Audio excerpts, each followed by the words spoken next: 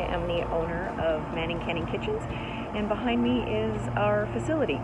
It is a rentable commercial kitchen for food entrepreneurs, and it is also the location where we produce our line of healthy beverages and gourmet preserves. Let's go inside. Actually, before we go into the facility, why don't I take you to a place where kind of all of this started, which is right here in my small backyard garden. I've spent the better part of 20 years working in different advertising and digital marketing agencies, and had worked my way up to the role of Vice President of Client Services. And at the last agency I worked at, it's actually where I met my husband.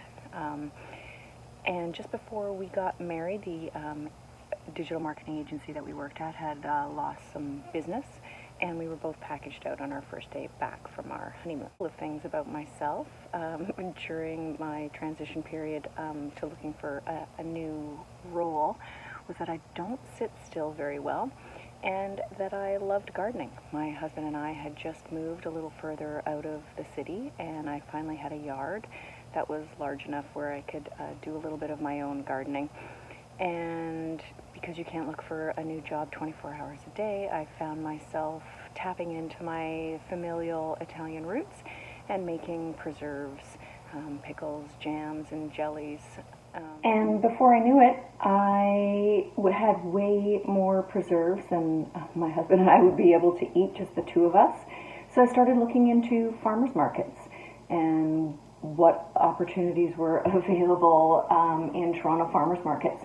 And thinking back to it, what I know now compared to what I know then, my very first farmers market, I showed up without even realizing that you needed a tent. Who knew that that was a requirement to be able to participate in farmers markets?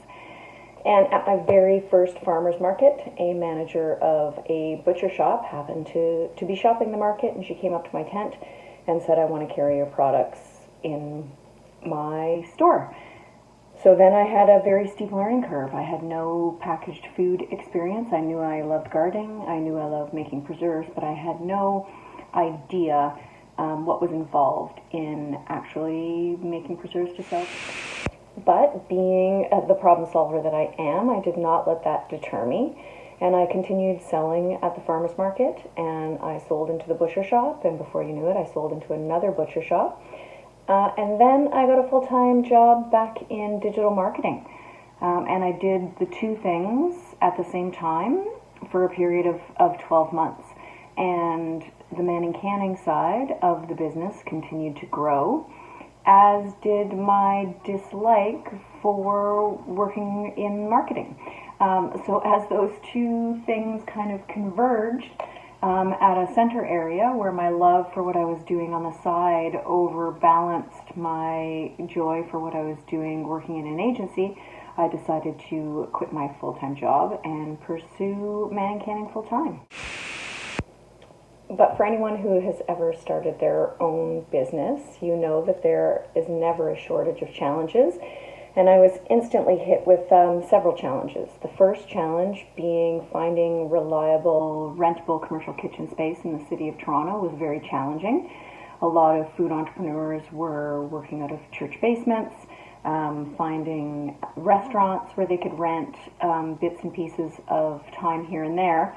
But I remember showing up at a restaurant that I had booked with bushels of produce that I'd picked up from the farmers I was forming relationships with through the farmers market, to discover that they had got a catering gig and I was no longer able to use the kitchen. And as I talked to other entrepreneurs at farmers markets, I quickly discovered that this was a major challenge for new food entrepreneurs in the Greater Toronto area. The second challenge is that food is heavily regulated, and there is no clear path that's readily accessible for entrepreneurs who are starting out. Information is hard to find, it's not well organized. And to overcome the reliable kitchen space, I started to take a look at a rentable commercial kitchen. And I looked down at the US at a couple of examples down there, because their small food ecosystem is a lot larger and more advanced than what we have going on in Canada. and I contacted a gentleman in Portland who happened to have a rentable commercial kitchen, and I flew out to Portland to meet him. And he was a wonderful man who really shared some very valuable learnings with me about opening up a rentable commercial kitchen space. Oh, but that learning curve was not over yet. Who knew that commercial food equipment was so expensive? So in order to help us get some of those startup costs covered, we ran a Kickstarter campaign. Kickstarter was a fairly new tool for raising money at a time, especially when getting money from the bank was near impossible for an upstarting small business with no financial reports to share. So we did a Kickstarter campaign with a goal of $35,000. We thought that this would be achievable based on the fact that there was a real movement to support local, but also this was a real need across multiple entrepreneurs in the city, and we were successful.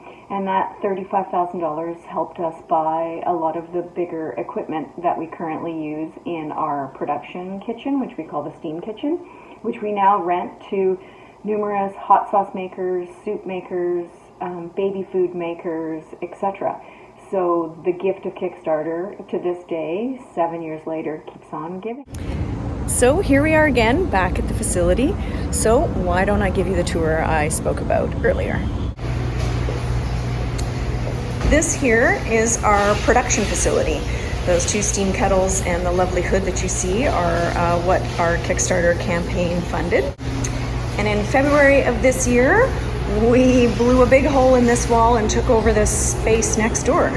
Yes, we expanded during COVID. And this side is fully rental. It's where other food entrepreneurs can rent to make their products that they can sell to consumers. So strangely enough, it was 7 years ago today, actually, that, when I'm filming this, that we had our Kickstarter party, and we were successful, as you can see from the short little tour that I gave you of our facility. Over the course of 7 years, we've really grown. We're now in over 200 stores with our line of preserves. As you can see, we doubled our rentable commercial kitchen space during COVID, which accounts for some of my gray hair, which this hat very generously covers. And I spoke earlier about a steep learning curve, and I think it's safe to say that that curve continues. Every step we take adds new challenges and additional learning. So for 7 years, as I said, we've been renting our commercial kitchen to food entrepreneurs. And one of my key learnings there is that a lot of food entrepreneurs spend all their time thinking about the recipe, but they don't think about the business side of selling food. So I provide one-on-one consulting services with food entrepreneurs so that they can get the pricing of their product right. They understand the margins that are required, not just today, but to future-proof their product as their product grows. So they may be delivering their products themselves right now, they may be making the product themselves right now, but if they price their product based on that information, they'll never be able to grow, because the margins won't exist to be able to have their own facility, hire staff, work with a distributor. So all of those types of things I try to get new entrepreneurs to think about at the very beginning stages of their business. So technically, for the last 7 years, we've been running two businesses. There's the CPG side of the business, which has its own set of demands and deliverables. And then there is the commercial kitchen side of the business, which also has its own set of demands and deliverables. And just this year, after 3 years of development, we've basically added a third line of business, which is our newest product, which is a cold fermented premium soda called Chris Soda. And once again, this one was probably the biggest learning curve. We'd already made a concentrate, which is called Shrub, and we thought, how hard can it be to take something you're already making, carbonate it, and put it in a can? Well, the answer to that is very hard. It took us 3 years There were several failed attempts, mostly because we really chose to stick to our guns with this product. We wanted to be all natural, so it's real cold pressed fruit. We didn't want to use preservatives like sodium benzoate or potassium sorbate, and we didn't want to tunnel pasteurize. So what we learned through this process is that creating natural foods in such a big food chain is actually extremely challenging, but it's also possible if you take the time, don't give up, and remain true to yourself. So our goals for the coming years are to continue to be the tide that lifts all boats, by helping as many small food entrepreneurs start their business, grow their business, and kind of build their businesses using our facility. We love seeing our client successes, so every Friday on our social media as well as on our LinkedIn, we like to profile one of the entrepreneurs using our space to bring their food products to market, so that other people will learn about all of the wonderful people creating such magical food here. And hopefully the wonderful support that local food has seen through the last 18 months of COVID continues on.